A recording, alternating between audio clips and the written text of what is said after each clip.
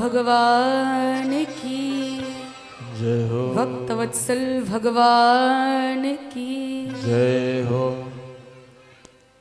अब आगे बड़ी सुंदर कथा आती है। जैसा आपको बताया गया था, दिन में भगवान के विवाह की कथा श्रवण कराई जाएगी। तो आज श्री सुखदेव जी बताते हैं, राजा परीक्षित भगवान द्वारिका में रह रहे हैं और कहते हैं भगवान कृष्ण ने भी बलपूर्वक शिशुपाल और उनके पक्षपाती सालवादी नरपतियों को हराकर सबके देखते देखते वहां की राजकुमारी रुक्मणी को हरण करके लाए और उनके साथ विवाह किया।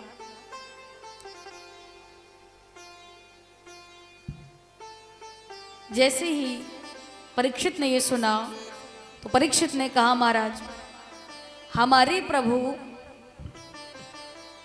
रुक्मणी जी को हरण करके क्यों लाए? कि भगवान भीष्मक सुता रुक्मणी मृचिरानना राक्षसेन विधाने उपये मैति श्रुतम्। परीक्षित ने कहा, महाराज हमारे प्रभु ने राक्षसेन विधानेन राक्षस विधि से विवाह क्यों किया? वो रुक्मणी जी को हरण करके क्यों लाए और कैसे विवाह किया, यह हमें विस्तार से बताइए। तो सुखदेव जी कहते हैं, सुनिए। विदर्भ देश के अधिपति राजा भीष्मक जी, इनकी एक बेटी है और 5 बेटे हैं और 5 बेटों के नाम बताए, रुक्मी, रुक्मरथ, रुक्मवाह, रुक्मकेश और रुक्ममाली। 5 बेटों के बीच एक बेटी है और रुक्मणी जी जो है वो सत्य तो ये है, कहा कि उसके ही घर में आदि शक्ति सीता माता अवतारी थी।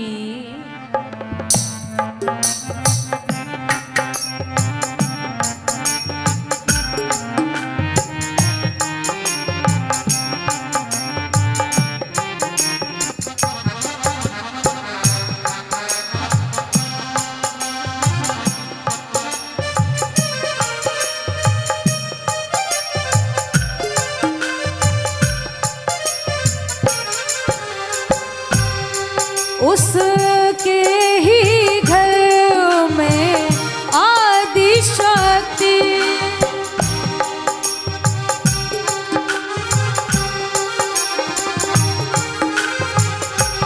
सीता माता अवतारी थी। इस जगह ब्रह्म प्रगटाए थे, माँ या उस जगह पधारी थी। इस जगह ब्रह्म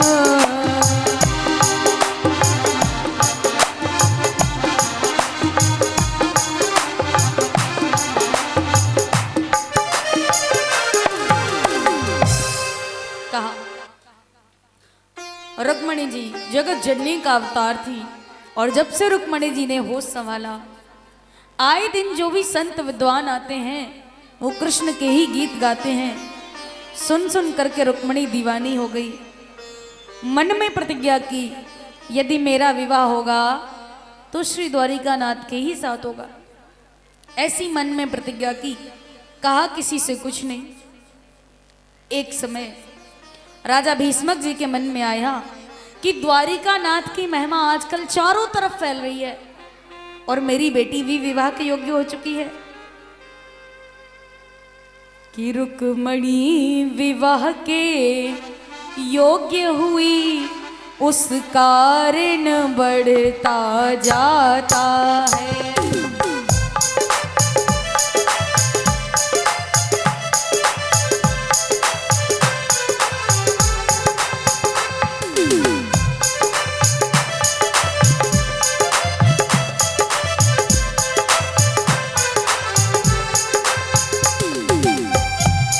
रुक्मणी विवाह के योग्य हुई, उस कारण बढ़ता जाता है।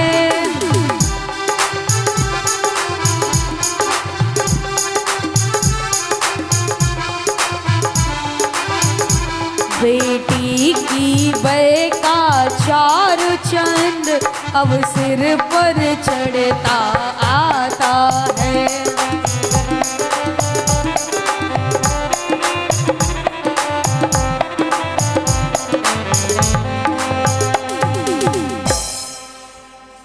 भीष्मक जी के मन में आया कि द्वारिका नाथ की महिमा भी चारों ओर फैल रही है, बेटी भी विवाह के योग्य हो चुकी है, तो क्यों ना बेटी का विवाह द्वारिका नाथ के ही साथ तय कर दिया जाए। पांचों बेटों को बुलाकर परामर्श किया, जो कहा कि कृष्ण के साथ विवाह कर दें, कैसा रहेगा। बड़ा बेटा बिगड़ गया, बोला पिताजी उस कृष्ण के साथ मैं अपनी बहन का विवाह कभी नहीं करूंगा। बोला वो भगोड़ा, खानदान का कुछ पता है नहीं, कोई नंद का कहता है तो कोई वसुदेव का बताता है। डर की वजह से रण का मैदान छोड़कर भाग गया, समुद्र की शरण लिए बैठा है, उसके साथ मैं अपनी बहन का विवाह नहीं कर सकता। भीष्मक जी ने कहा कोई बात नहीं, शांत हो जाओ, आपको पसंद नहीं तो कोई बात नहीं, जहां अच्छा लगे वहां करना, बात खत्म, हम आज से चर्चा नहीं करेंगे। तो रुक्मी उठ के चल दिया, बोला ठीक है, मैं अपनी बहन का विवाह आज ही पक्का करके आता हूं। उठ के चल दिया और शाम को लौट कर आया और पिताजी से आकर बोला पिताजी परसों रुक्मणी के विवाह के लिए बारात आ रही है। भीष्मक जी ने कहा अरे वाह, परसों बारात आ रही है। बोला हाँ, मेरा काम तो ऐसा ही है, चट मंगनी और पट विवाह। भीष्मक जी ने कहा ये तो ठीक है, पर ये बताओ बारात आ कहां से रही है, कौन राजकुमार है। तो बोला पिताजी मेरा बहुत अच्छा मित्र है चंदेरी नरेश शिशुपाल, मैंने उससे कह दिया है कि तू परसों बारात लेकर आ जाना, वो आ जाएगा। और वो कोई ऐसा वैसा राजकुमार नहीं है। कहा कैसा है। कहा सुनो वो कैसा राजा है।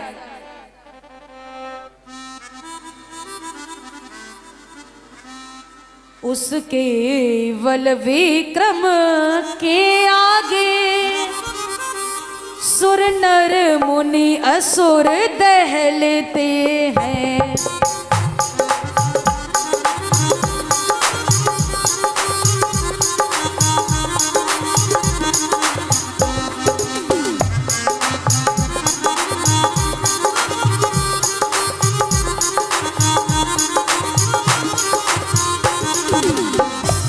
उसके बल विक्रम के आगे सुर नर मुनि असुर दहलते हैं। दिग्पालन पाल सूर्य शशि भी उससे झुक करके चलते हैं।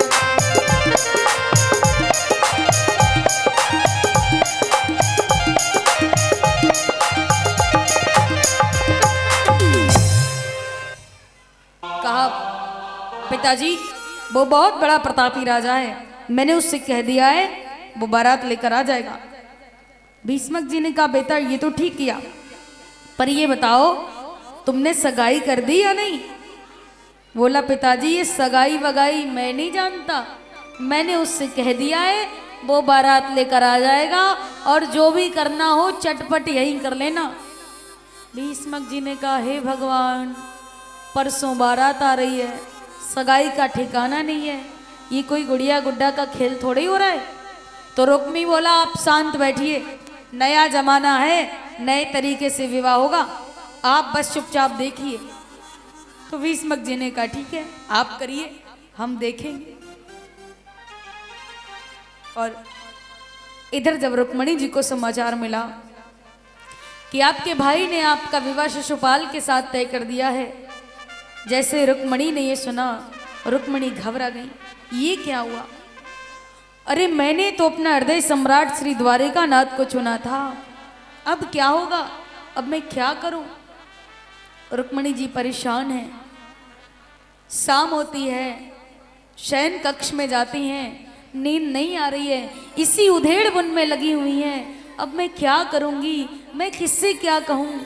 मैंने तो अपना हृदय सम्राट श्री द्वारिकानाथ को चुना था और मेरा भाई शिशुपाल के साथ विवाह करना चाहता है।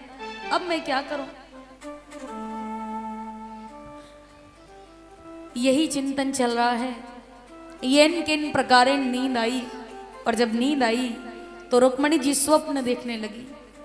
स्वप्न में भगवान कृष्ण रुक्मणी के कक्ष में प्रवेश करते हैं।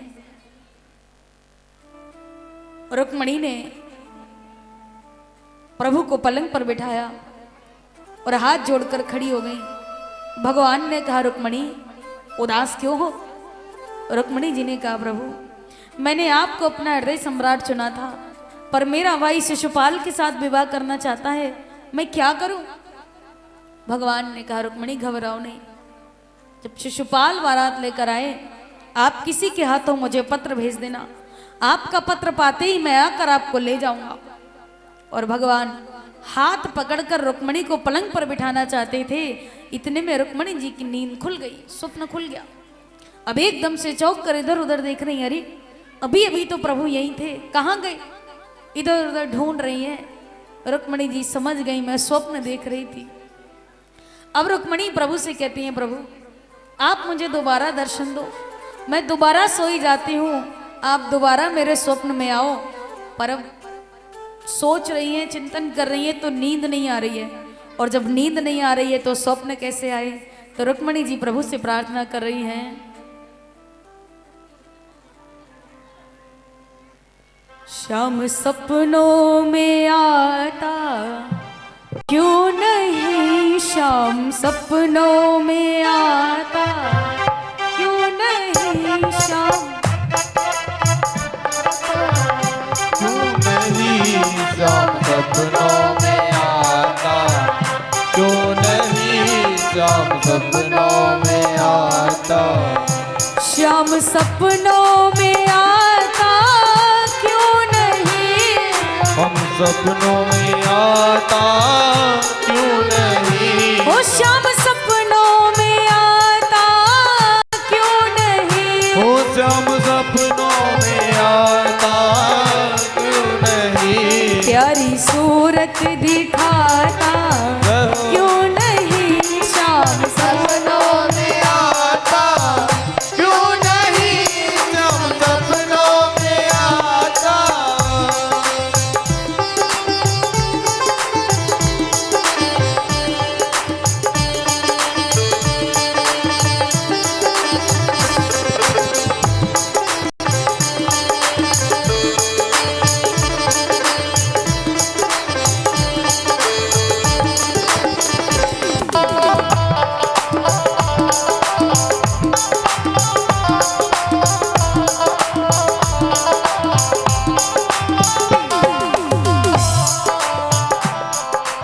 और क्या कहते हैं रुक्मणी जी, मेरे नैनों में सूरत श्याम की, मेरे नैनों में सूरत श्याम की, मेरे नैनों में सूरत श्याम की, ओ मेरे नैनों में सूरत श्याम की, ओ मेरे नैनों में सूरत श्याम की, मुझे सूरत दिखाता क्यों नहीं, मुझे सूरत दिखाता क्यों नहीं, श्याम सपनों में आता क्यों नहीं, श्याम सपनों में आता क्यों नहीं।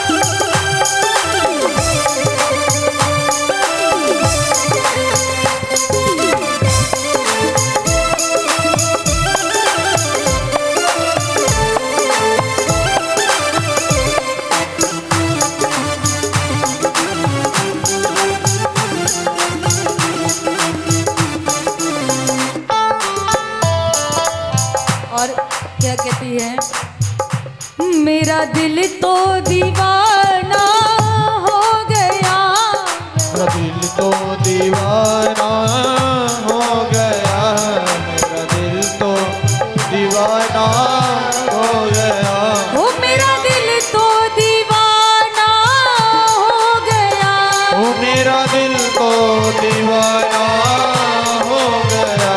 मुझे दिल से लगाना क्यों नहीं, मुझे दिल से लगाना, क्यों नहीं मुझे दिल से लगाता, क्यों नहीं मुझे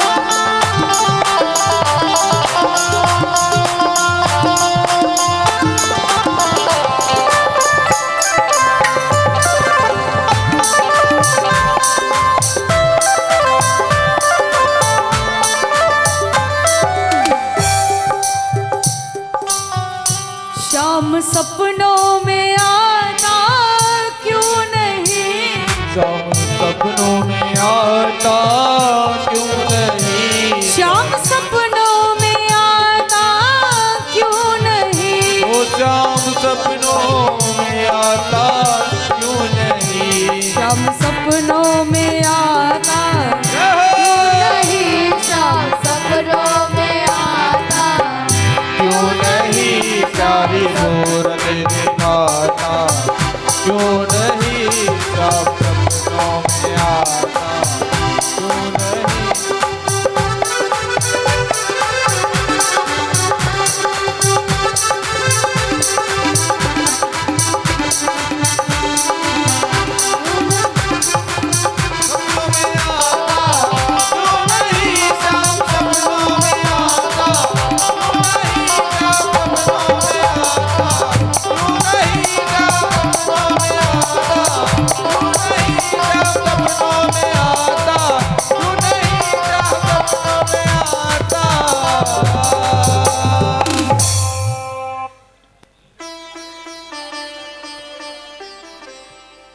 आज रुक्मणी जी प्रार्थना कर रही हैं, प्रभु मैं दोबारा सोई जाती हूँ, आप मुझे दर्शन दो।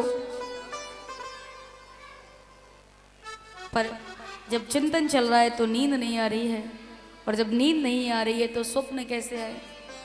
सारी रात इसी चिंता में व्यतीत हो गई।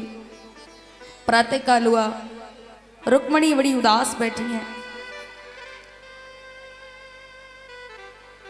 रुक्मणी जी की सहेलियों ने सोचा चलो रुक्मणी के पास चलते हैं, शायद उसके विवाह का शुभ समाचार उसे ना मिला हो तो चलकर बताएंगे।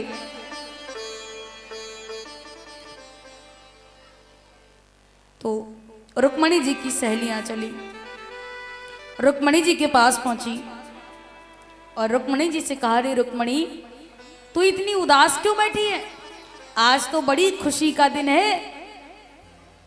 रुक्मणी जी ने कहा, कैसी खुशी? कहा, तुझे नहीं मालूम, तेरे भाई ने जिसके साथ तेरा विवाह तय किया है उसके समान कोई दूसरा राजकुमार नहीं है। तो रुक्मणी जी ने कहा, वो कौन है? कहा, वो चंदेरी नरेश शिशुपाल है। रुक्मणी जी बोली, चुप रहो। बोली, क्या हुआ? तो रुक्मणी जी कहती हैं, सुनो।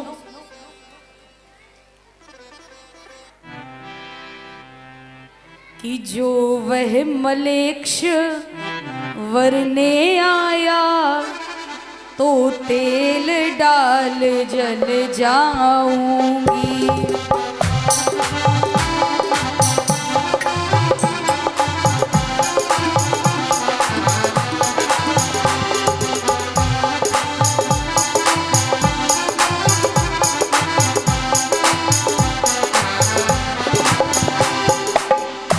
जो वह मलेक्ष वरने आया तो तेल डाल जल जाऊंगी।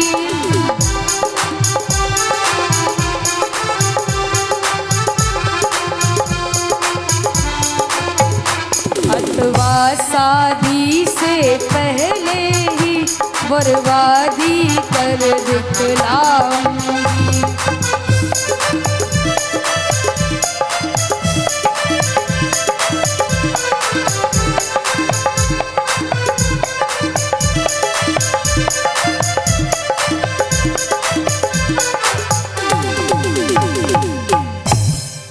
रुक्मणी ने कहा, यदि शिशुपाल से मेरा विवाह हुआ तो मैं आत्महत्या कर मर जाऊंगी। सहेलियों ने कहा, रुक्मणी तू शिशुपाल से विवाह नहीं करना चाहती? कहा नहीं। कहा फिर तेरे मन में क्या है? तो रुक्मणी जी ने कहा, सुनो मेरे मन में क्या है, मैं कोई आडंबर नहीं चाहती। रुक्मणी ने कहा, मैंने तो अपना तन मन धन सब द्वारिकानाथ पर बलिहार किया है, यदि मेरे हृदय सम्राट बनेंगे तो वही बनेंगे। सहेलियों ने कहा, रुक्मणी तू पागल हो गई है, यदि उस कृष्ण के साथ विवाह किया तो ग्वालिनी बनेगी, और यदि शिशुपाल के साथ विवाह किया तो महारानी बनेगी। रुक्मणी जी ने कहा, सहेलियों तुम्हें नहीं मालूम है पति किसे कहते हैं? सहेलियों ने कहा, आज तो तू बहुत बड़ी पंडित नजर आ रही है, तू ही बता दे। रुक्मिणी ने उत्तर दिया, सुन सखी चतुर सुजान, पति वह है जिसके लिए हो दिल में स्थान। रुक्मिणी जी ने कहा, पति वो होता है जिसके लिए दिल में जगह हो, और जिसके लिए दिल में जगह नहीं वो पति नहीं, वो तो दुश्मन है। तो रुक्मिणी जी ने कहा, यदि मेरे धर्म पति बनेंगे तो श्री द्वारिकानाथ ही बनेंगे। सहेलियों ने कहा, रुक्मिणी अब तो हम भी प्रार्थना करेंगे कि तेरा विवाह कृष्ण के ही साथ में हो। अब याद रखना, आज भी लोग शादियां करते हैं, बेटियों का विवाह करते हैं, लेकिन शादी होनी चाहिए बेटा बेटी की, और आज शादी किसकी हो रही है? बेटा बेटी की शादी नहीं हो रही है, शादी हो रही है प्लॉट की, शादी हो रही है जमीन की, शादी हो रही है मकान की। धन के चक्कर में कुमेल विवाह हो रहा है। लड़की की उम्र 18 वर्ष और लड़के की उम्र 48 वर्ष, विवाह हो रहा है। क्यों? 100 बीघा खेती है, बेच बेच कर खाएगी, फिर भी सारी जिंदगी बैठ कर खाएगी। धन के चक्कर में कुमेल विवाह हो रहा है। याद रखना, हमारे ऋषियों ने कहा, जैसी लड़की वैसा लड़का विवाह रचाना चाहिए, 60 बरस के ताऊ को एक ताई लानी चाहिए। जैसी लड़की है वैसा लड़का ढूंढो, जैसी लड़की है वैसा लड़का ढूंढो। आजकल लोग लड़का ढूंढने जाते हैं तो आप पहले अपनी बेटी को देखो। आपकी बेटी यदि सुंदर नहीं है तो अधिक सुंदर के साथ भी विवाह मत करना। अगर अधिक सुंदर के साथ विवाह कर दिया तो तालमेल नहीं बनेगा। और अगर आपकी बेटी सुंदर है तो विवाह सुंदर के साथ करो। और यदि आपकी बेटी पढ़ी लिखी है तो विवाह पढ़े लिखे के साथ करो। यदि अनपढ़ के साथ कर दिया फिर भी तालमेल नहीं बनेगा। यानी जैसी लड़की वैसा लड़का। और देखिए, कवि ने लिखा है, बड़ा सुंदर गीत के माध्यम से सुनेंगे।